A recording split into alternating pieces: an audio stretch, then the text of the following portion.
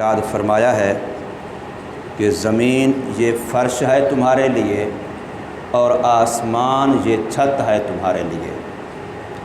فرش اور چھت کے درمیان گھر ہوتا ہے، گویا یہ ساری کائنات انسانوں کا گھر ہے اور زمین اس گھر کا فرش ہے اور آسمان اس گھر کی چھت ہے۔ اب حدیث پاک میں یہ آتا ہے کہ رمضان مبارک کی راتوں میں خصوصاً اور پھر اخص الخاص لیلۃ القدر میں اللہ تبارک و تعالی اپنی رحمت خاصہ کو رات کے پچھلے حصے میں آسمان دنیا کی طرف متوجہ فرماتے ہیں۔ اللہ کی رحمت انسانوں کو آوازیں دیتی ہے کہ ہے کوئی رزق کا طالب جو مجھ سے رزق مانگے، ہے کوئی اولاد کا طالب جو مجھ سے اولاد مانگے، ہے کوئی ایسا جس کو صحت چاہیے ہو، بیمار ہو، وہ مجھ سے صحت مانگے، ہے کوئی ایسا جو مجھ سے اپنی فلاں ضرورت مانگے۔ تو اللہ تبارک و تعالی گویا کہ ہمارے گھر تشریف لاتے ہیں۔ زمین چونکہ ہمارے گھر کا فرش ہے اور آسمان ہمارے گھر کی چھت ہے، خالق کائنات آسمان دنیا پر یعنی زمین سے اوپر جائیں تو جو پہلا آسمان ہے اس کو آسمان دنیا کہتے ہیں۔ اب اللہ پاک تو ویسے ہر جگہ پر موجود ہے، نہ اس کی کوئی جہت ہے نہ اس کی کوئی جانب ہے کہ اللہ اوپر ہے نیچے نہیں ہے، یا دائیں ہے بائیں نہیں ہے، یا اللہ تبارک و تعالیٰ اس سائڈ پہ ہے اس سائڈ پہ نہیں۔ اللہ تو ہر جگہ پر ہر لحاظ سے مکمل ہر وقت موجود ہے اور موجود بلا وجود بغیر جسم و جسمانیت کے ہے۔ تو اب اللہ تبارک و تعالیٰ کے اس ارشاد کو اپنے ذہن میں رکھیں کہ ایک ذات جس کے ساتھ ہماری ساری کی ساری ضرورتیں وابستہ ہیں۔ فرض کریں ہمارا یہ گاؤں ہے، ساری ضرورتیں ایک شخص کے ساتھ وابستہ ہیں، وہ یہاں کا کوئی بڑا ہے، MNA ہے، کوئی وزیر ہے، کوئی صدر ہے، کوئی فلاں ہے، کوئی بھی۔ اب وہ پہلے اطلاع دیتا ہے کہ میں نے فلاں دن آپ کے گھر آنا ہے بھی بہت بڑا اور ہے بھی ایسا جس کے ساتھ ہماری بہت ساری ضرورتیں وابستہ ہیں۔ پھر وہ ہمیں اطلاع بھی پہلے دیتا ہے کہ میں نے فلاں وقت فلاں دن تمہارے گھر آنا ہے۔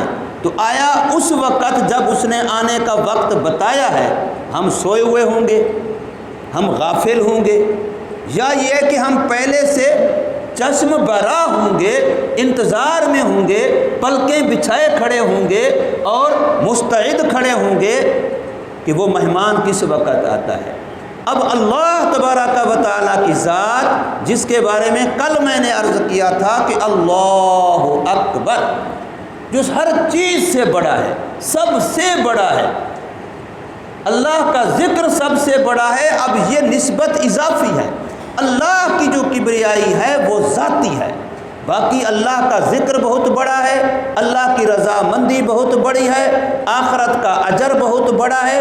ان چاروں چیزوں کو قرآن نے اکبر کہا ہے، لیکن باقی تین کی کبریائی اضافی ہے کہ ان کی نسبت ہے اللہ تبارک و تعالیٰ کی طرف، اس وجہ سے وہ بڑی ہیں۔ لیکن خود اللہ تبارک و تعالیٰ کی ذات وہ اپنی ذاتی طور پہ بڑی ہے۔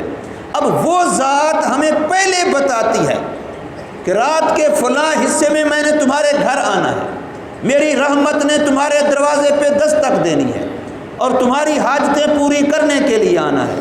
اور جب اللہ تبارک و تعالیٰ کی رحمت میرے گھر آ رہی ہے، آپ کے گھر آ رہی ہے، ہر امیر غریب کے گھر آ رہی ہے اور ہم اس وقت سوئے ہوئے ہیں، ہم اس وقت غافل ہیں، تو کتنی عجیب سی بات ہے یار کہ ایک مخلوق جس کے ساتھ ہماری تھوڑی سی ضرورت وابستہ ہو اور وہ ہمارے ذہن کے لحاظ سے بڑا ہو، اگرچہ فی نفس ہی ساری کائنات مچھر کے پر کے برابر نہیں ہے، لیکن اس کی چونکہ ہمارے ذہن میں یہ ہے کہ وہ بڑا ہے، MLA ہے، وہ فلاں ہے، وہ فلاں ہے، صدر ہے، وزیر ہے، اب وہ اگر ہمارے گھر آئے تو ہم کبھی بھی غافل نہیں ہوں گے، سوئے ہوئے نہیں ہوں گے، اور اس طریقے سے کہ آنے کا پتہ ہی نہ ہو۔ لیکن کریم ذات کے پھر کرم کیسے ہیں؟ مجھے پہلے بتایا کہ میں نے آپ کے گھر فلاں وقت آنا ہے، اور وہ آیا، اس کی رحمت آئی، میں سویا ہوا تھا، وہ مجھ پہ ناراض نہیں ہوا، میرے خلاف کوئی کارروائی نہیں کی، بلکہ اتنا فرمایا کہ چلو ایک مستحب عمل تھا، نفل عمل تھا، اس کو چھوڑا ہے نا، کوئی فرض تو نہیں چھوڑا۔ پھر بھی مجھے اور آپ کو گنہگار قرار نہیں دیا۔ اگر ہم نے فرض نہیں چھوڑا، صرف یہ کہ حق تو یہ تھا کہ جب پتہ ہے کہ رمضان کی رات کے آخری حصے میں اللہ تبارک و تعالیٰ کی طرف سے روزانہ اعلان ہوتا ہے، اور جب لیلۃ القدر ہو پھر تو مغرب سے لے کے صبح صادق تک پوری رات کی ہر گھڑی میں اللہ تبارک و تعالیٰ کی طرف سے اعلان ہوتا ہے۔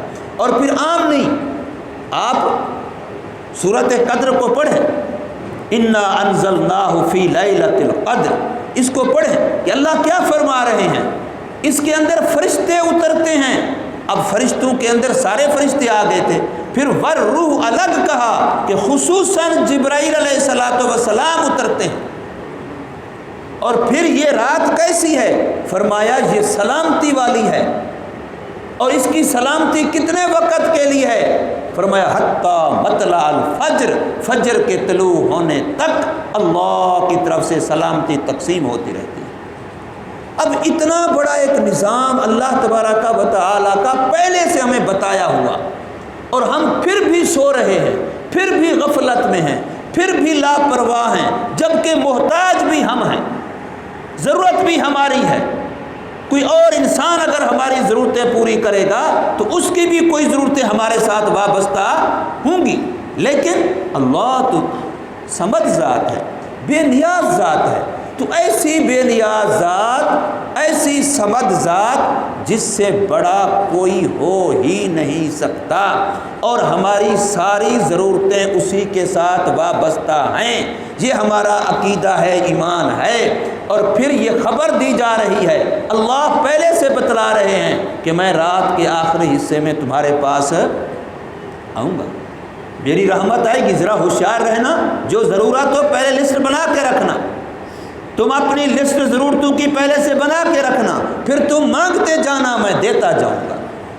لیکن اس سارے اہتمام کے بعد بھی رب کی رحمت دستک دے رہی ہے اور میں سویا ہوا ہوں، رب کی رحمت دستک دے رہی ہے اور میں غفلت میں ہوں، بے پرواہی میں ہوں۔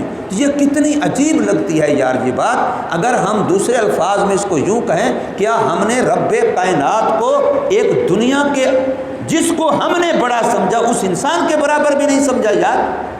اللہ تبارک و تعالیٰ کو جو میری موت و حیات کا مالک ہے، عزت و ذلت کا مالک ہے، روزی اس کے ہاتھ میں ہے، صحت و بیماری اس کے قبضہ قدرت میں ہے، میں نے اس کو ایک انسان کے برابر بھی نہیں سمجھا کہ اگر ایک انسان نے مجھ سے پہلے سے کہا ہوتا کہ میں نے فلاں وقت تیرے گھر آنا ہے، اور وہ انسان بھی ذرا بڑا ہو، تو میں کیسے اس کا انتظار کر رہا ہوتا۔ اور اللہ تبارک و تعالیٰ کے بارے میں کتنا میں غفلت میں ہوں۔ تو پھر ہم اندازہ لگائیں، پھر ہم شکوے کرتے ہیں کہ جی میری سنتا نہیں ہے، میری سنتا نہیں ہے، فلاں کی یوں نہیں ہوتا۔ میں رات حدیث پڑھ رہا تھا، حضرت عبداللہ بن مسعود رضی اللہ تعالیٰ عنہ بہت بڑے عظیم صحابہ میں سے ہیں، کبار صحابہ میں سے ہیں، افقہ من الصحابہ ان کو کہا جاتا ہے۔ سارے صحابہ میں سب سے بڑے فقیہ، جو قرآن و حدیث سے مسائل نکالنے میں سارے صحابہ میں سے بڑے فقیہ، افقہ من الصحابہ حضرت عبداللہ بن مسعود رضی اللہ تعالیٰ عنہ ایک مرتبہ تشریف لائے، صحابہ کرام کا مجمع ہے، عام لوگوں کا نہیں تھا، اکثر صحابہ کچھ تابعین ہوں گے، صحابہ کرام کا مجمع ہے، اور آتے ہوئے فرمایا کہ ہم نے آج ابھی دعا مانگنی ہے، میں یہاں آیا ہوں، ہم نے ابھی دعا مانگنی ہے اجتماعی طور پر، لہٰذا یہاں اگر کوئی بندہ ایسا بیٹھا ہے جو قطع رحمی کرنے والا ہے، اپنے رشتہ داروں کے ساتھ اس نے قطع تعلق کیا ہوا ہے اور دل میں ان کے بارے میں قدورت رکھتا ہے، دل میں ان کے بارے میں کھوٹ رکھتا ہے، دل میں اگر آپس میں توڑ رکھتا ہے، تو ایسا بندہ اس مجمع سے نکل جائے، ورنہ ہم سب کی دعا قبول نہیں ہوگی، ورنہ ہم سب کی صحابہ تابعین اور ہم یہاں بیٹھ کے دعائیں مانگتے ہیں، پھر کہتے ہیں دعائیں قبول نہیں ہوئی، یہ پتہ نہیں کہ ہمارے دل کیا ہے، ہم نے دل میں کیا رکھا ہوا ہے۔ پھر رو رو کے بھی مانگتے رہیں، ہر چیز کے کچھ شرائط ہیں نا، وضو کے بھی کچھ فرض ہیں، غسل کے بھی کچھ فرض ہیں، نماز کے بھی کچھ فرض ہیں، ایسے دعا کی قبولیت کے بھی کچھ فرض ہیں، اللہ سے لینے کے بھی کچھ فرض ہیں۔ تو اس لیے میرے بھائیوں، یہ رمضان مبارک کا مہینہ اگلے سال پتہ نہیں ہم میں سے کون زندہ ہو کون نہ ہو۔ پچھلے سال کی فہرست دیکھ لیجئے، پچھلے رمضان میں کئی سارے ساتھی ہمارے ساتھ تھے اور آج وہ مٹی کے نیچے ہیں، قبروں میں ہیں۔ تو اس لیے آج کا کام آج ہی کیجئے، تصویف سوف افعل، ان قریب کر لوں گا، بڑی زندگی پڑی ہے، یہ دھوکہ ہے شیطان کا۔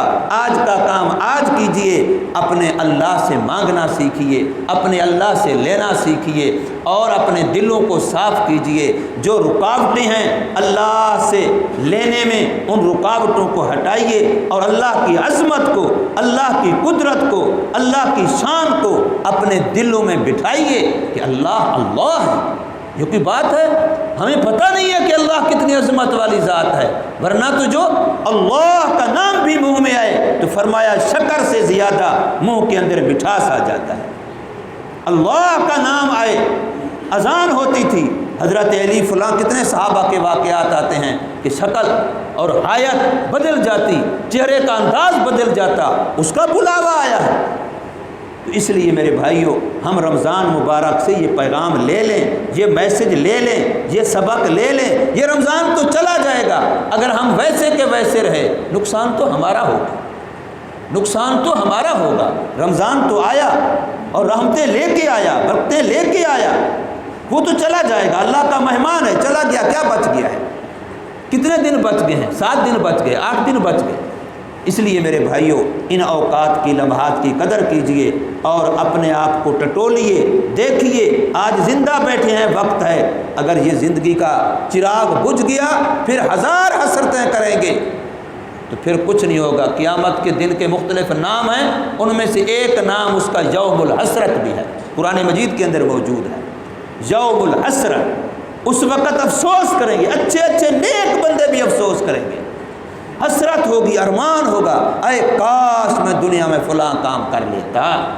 تو اس وقت جو افسوس ہوگا تو آج کیوں نہیں اس کا مداوع کر لیں۔ اللہ تبارک و تعالی ہمیں عمل کی توفیق عطا فرمائے۔